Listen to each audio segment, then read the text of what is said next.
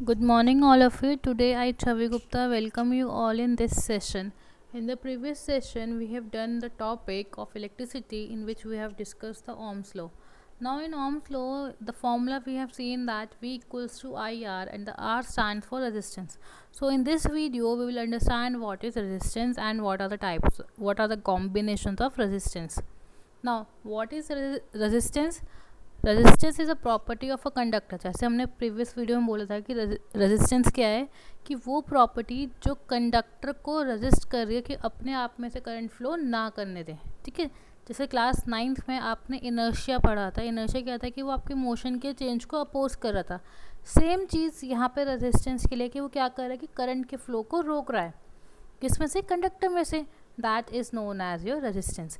तो जब भी हम रेजिस्टेंस की बात करते हैं तो जो सब्सटेंस यूज़ होता है करंट के फ्लो को रोकने के लिए, that is known as register. That is known as register. Okay, so basically अब हम जब रजिस्टर की बात करते हैं तो प्रैक्टिकल एप्लीकेशन क्या है कि रजिस्टर्स क्या करते हैं कि आपके करंट की सप्लाई को इंक्रीज़ और डिक्रीज़ करते हैं. लाइक अगर आपका करंट वोल्टेज ज़्यादा होगी तो मे बी करंट कम हुए. That is V equals to I. V is directly proportional to I. अगर आपकी वोल्टेज ज़्यादा है तो करंट ज़्यादा फ्लो करेगा, वोल्टेज कम है तो करंट कम फ्लो करेगा. सो उसके चेंज को कौन मेजर करेगा? आपका रजिस्टर से मेजर करेंगे. Okay, now these are the kind of register. Actual में आपके रेजिस्टेंस ऐसे होते हैं. एक्चुअल में आपके रेजिस्टेंस ऐसे होते हैं, बट डायग्राम्स में आप एक जिगजैग एरोस की फॉर्म में शो करते हैं. Okay class.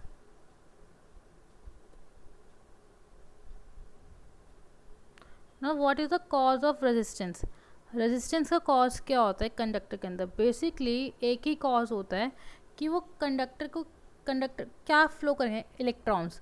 सो इलेक्ट्रॉन से कंडक्टर में करंट कैरी होगा. जब इलेक्ट्रॉन्स में करंट कैरी होगा तो अल्टीमेटली जो पॉजिटिव चार्ज है और जो नेगेटिव चार्ज है, करंट तो दोनों क्या चार्ज कैरी करता है, प्लस और negative.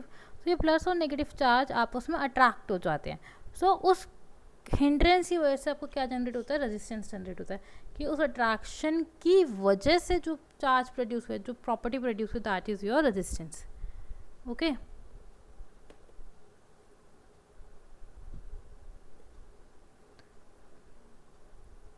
Now the next one is factors on which resistance depends. किस किस फैक्टर पे रेजिस्टेंस डिपेंड करेगा? The first one is your nature, second one is length and the third one is area of cross section. Okay, so resistance एक conductor का सिर्फ 3 चीज़ों पर depend करता है. सब्सटेंस का मटेरियल कैसा है, उसका नेचर क्या है, गुड कंडक्टर्स हैं या बैड कंडक्टर्स हैं. सेकेंड वन इज़ कि वो लेंथ कैसी है. Third one is area of cross section क्या है. Okay, so the first property is nature of material. Obviously resistance किस में प्रोड्यूस होगा? कंडक्टर्स में प्रोड्यूस होगा. सो दैट मीन्स जो भी सब्सटेंस आप जिसकी बात आप कर रहे हैं, अगर मटेरियल्स लेस हिंड्रेंस क्रिएट कर रहे हैं, दैट मीन्स वो गुड कंडक्टर्स हैं. मीन्स अगर कोई अपने में से कम रेजिस्टेंस ऑफर कर रहा है, दैट मीन्स वो गुड कंडक्टर हैं. And they are known as basically the good conductors of resistance because they provide less hindrance. अब अगर हम बात करें इंसुलेटर्स की या बैड कंडक्टर्स की, वो क्या कर रहे हैं? अपने में से ज़्यादा हिंड्रेंस प्रोवाइड करा रहे हैं. मीन्स अपने में से करंट फ्लो होने के लिए मना कर रहे हैं. तो ज़्यादा हिंड्रेंस प्रोवाइड करा रहे हैं, ज़्यादा रुकावटें प्रोवाइड करें, दैट मीन्स वहाँ पे रेजिस्टेंस ज़्यादा है. क्लियर है? That was the nature of the resistance. So nature of the material, some materials create least hindrance and hence are called good conductors. जो कम हिंड्रेंस करेंगे दैट मीन्स कम रेजिस्टेंस प्रोवाइड करा रहे हैं. So example is your silver. And कुछ materials ऐसे हैं जो अपने में से बहुत ज़्यादा हिंड्रेंस प्रोवाइड कराते हैं. एंड जब अगर ज़्यादा हिंड्रेंस होगा तो ज़्यादा रेजिस्टेंस जनरेट होगा. दैट मीन्स अपने में से करंट पास होने की परमिशन नहीं देंगे, तो they will become bad conductor. Example is your insulators basically and the hard plastic. Okay, now the next is your first हमने नेचर ऑफ मटेरियल देखा. The second and the third one is length and the area of cross section. Length, अगर हम resistance की बात करें तो length के directly proportional होगा रेजिस्टेंस. दैट मीन्स कि अगर हम लेंथ इंक्रीज करते हैं कंडक्टर की तो उसमें रेजिस्टेंस भी ज़्यादा होगा. क्यों? जितनी लंबी वायर होगी उतनी ही देर तक करंट फ्लो करेगा एंड उतनी देर तक रेजिस्टेंस प्रोड्यूस होगा. That is the main concept कि जितना आपने वायर की लेंथ ली है उतना ही ज़्यादा रेजिस्टेंस इंक्रीज होगा. जितनी छोटी लेंथ उतना कम करंट फ्लो होगा एंड उतना ही कम रेजिस्टेंस जनरेट होगा. That's why resistance is directly proportional to length.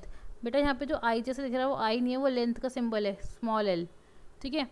Resistance is directly proportional to the length of the conductor. This means resistance increases with increase in the length of the conductor, or you can say they will create more resistance. और अगर length कम होगी तो resistance कम होगा. तो first part is your resistance is directly proportional to your basically length. Next is area of cross section. Area of cross section क्या कहता है आपका, that resistance is inversely proportional to area of cross section.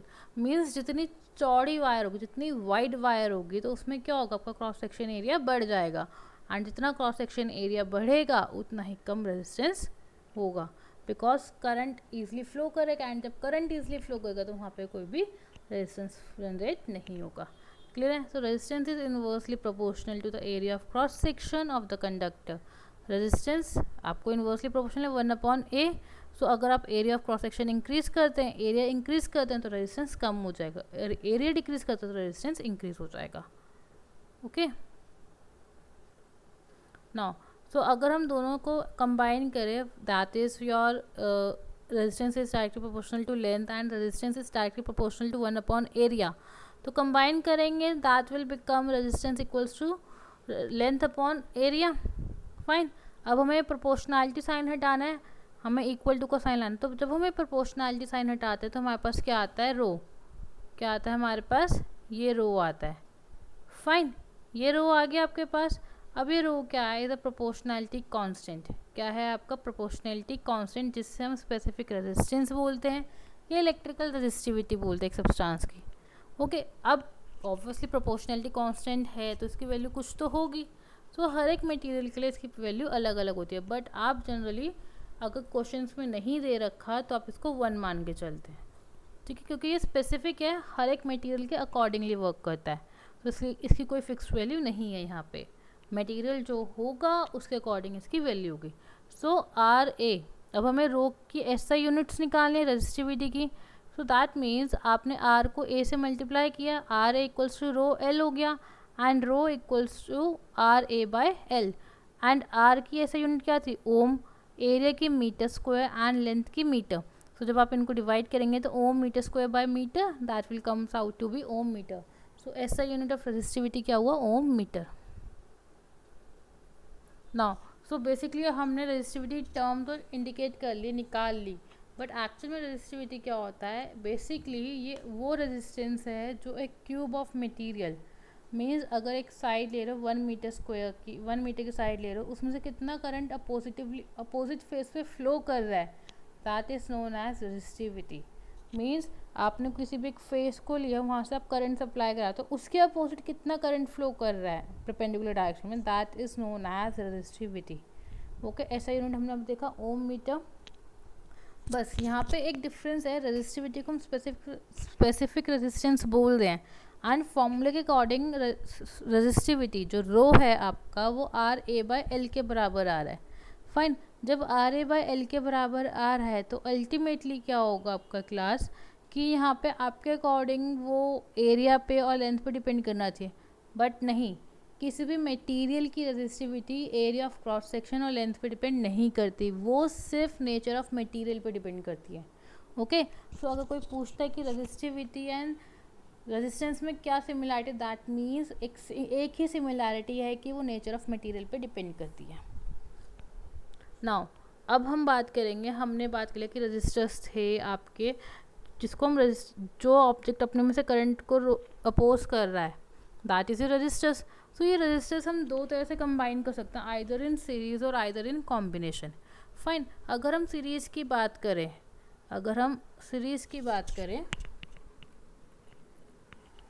Now if we talk about resistance in series, so actual में क्या होगा class आपका,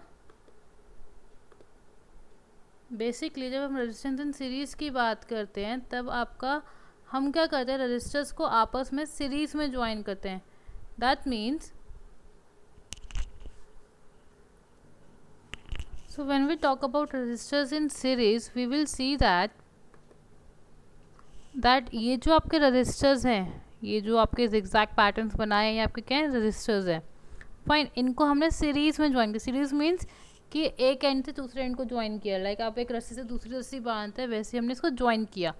fine, सो इस case में क्या होता है, अगर हमें नेट रेजिस्टेंस निकालना है, नेट रेजिस्टेंस निकालना है, तो हम क्या करेंगे, इन तीनों के रेजिस्टेंस को, जितने भी रेजिस्टेंस सीरीज में ज्वाइंड अप है, हम इनको डायरेक्टली ऐड अप कर देंगे। But before that you want to know कि अगर हम सीरीज़ की बात करते तो क्या चीज़ वेरी करती है और क्या चीज़ वेरी नहीं करती। तो जब भी हम सीरीज़ की बात करते हैं, हमारा सेम करंट फ्लो करता है सारे रजिस्टर्स में से, बट वोल्टेज अलग अलग होती है। लाइक अगर हम एसी और गीज़र दोनों को इकट्ठे सीरीज़ में लगा रहे हैं, एक दूसरे के साथ अटैच करके लगा रहे हैं, तो अल्टीमेटली क्या होगा, जितना करंट हमने दिया है, सपोज करो एसी के लिए करंट जो था 50 यूनिट का, 50 एम्पेयर का, 50 एम्पेयर का, सो वो 50 एम्पेयर का करंट आपका एसी में से भी जाएगा और 50 एम्पेयर का करंट आपका गीज़र में से भी जाएगा। And you get to know कि गीज़र को इतना एम्पेयर का करंट नहीं चाहिए, मे बी गीज़र 25 एम्पेयर में वर्क कर जाए, बट वो 50 एम्पेयर से जो हमने कनेक्ट किया है, तो अल्टीमेटली 25 एम्पेयर का करंट ज़्यादा जा रहा है, तो जिससे क्या होगा, आपका अप्लायंसेस ख़राब हो जाएंगे। ठीक है, सो आपको ये चीज़ देखनी होती है कि कहाँ पे आपको करंट सेम रखना है और कहाँ पे आपको करंट डिफरेंट करना है, उसी के अकॉर्डिंग हम रजिस्टर्स को कंबाइन करते हैं। ओके, सो इस केस में वोल्टेज सबके अलग अलग है बट करंट सेम जा रहा है, तो उसके अकॉर्डिंग आपके अप्लायंसेस को जोड़ा जाता है। सो सीरीज़ में आपका करंट सेम रहता है, वोल्टेज अलग होती है, जैसे आपको इस डायग्राम में दिख रहा है। R1 के क्रॉस V1 है, R2 के क्रॉस V2 है एंड V3 के क्रॉस R3 रेजिस्टेंस है। सो हम इसमें क्या करेंगे, डायरेक्टली हम इन तीनों रेजिस्टेंस को आपस में ऐड कर देंगे।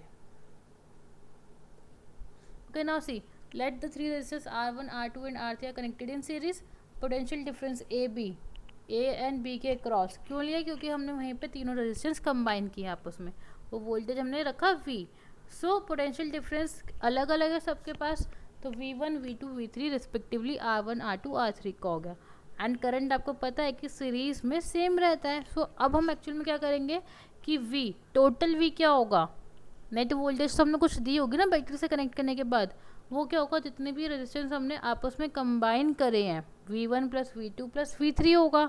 अब हमें ओम्स लॉ पता है that V1 equals to IR1 plus IR2 plus IR3 हो जाएगा। हमने इनको आपस में कंबाइन किया, एंड जब हम इनको आपस में कंबाइन करते हैं तो हमारे पास एक नेट रेजिस्टेंस निकलता है RS, and V is equals to IRS। तो हमने सारे रेजिस्टेंस को आपस में कंबाइन किया and we will guess RS equals to R1 plus R2 plus R3. So when the resistors are connected in series, the current through each resistor is the same and is equal to the total current. Okay.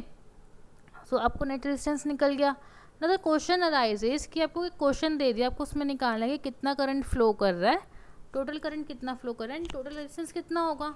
First of all इस diagram में आपको 7 volt का voltage दे रखा है, 100 ampere का एक resistance है, 400 का एक एंड 200 ओम का एक रेजिस्टेंस है। ओके, हमने इन तीनों को ऐड किया क्योंकि वो सीरीज में कंबाइन है, that we will give you at 700 ohm. Now current I क्या होगा, R1 plus R2 plus R3। Fine, अब आपने करंट आपको बोला गया था कि सेम होता है, नेट वोल्टेज आपकी 7 वोल्ट है एंड 700 आपका टोटल रेजिस्टेंस है। आपने इनको फॉर्मूले में पुट किया, V equals to IR, V upon R will become I। आपने पुट किया 0.01 एम्पेयर का करंट आ गया, टोटल करंट आ गया आपके पास। अब उसने पूछा है कि कितनी वोल्टेज है सबके अलॉन्ग। आपको पता है कि जब हम सीरीज़ में कंबाइन करते तो वोल्टेज अलग अलग हो जाती है, तो हमने भी यहाँ पे यही किया। 100 ओम के क्रॉस VR1 वोल्टेज आपकी 100 इंटू आई दैट इज़ 0.01, आपने वो सॉल्व किया। R2 that is V upon R2 करो, V अपॉन R1 करोगे, V अपॉन R2 करोगे, V अपॉन R3 करोगे। सो ऐसे आप करते करते अपना करंट निकाल लोगे। क्लियर है। नाउ नेक्स्ट इज़ कि अब आपने सीरीज़ में रेजिस्टेंस कनेक्ट कर लिया, अब आप क्या करोगे, पैरेलल में रेजिस्टेंस कनेक्ट करोगे। पैरेलल कनेक्शंस में क्या होता है क्लास कि आपका वोल्टेज सेम रहती है बट अप्लायंसेस को अलग अलग करंट दिया जाता है। तो उस केस में आपको दिख रहा है डायग्राम में तीनों रेजिस्टेंस आपस में पैरेलल में कनेक्टेड है।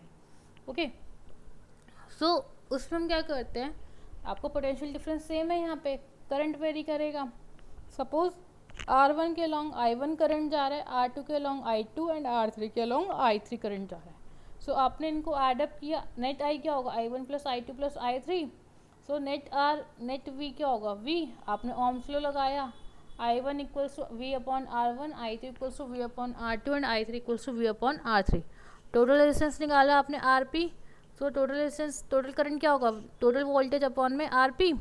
सो आपने इसको सॉल्व किया, वैल्यूज पुट किया, and you will get the answer as 1/RP equals to 1/R1 plus R2 plus R3.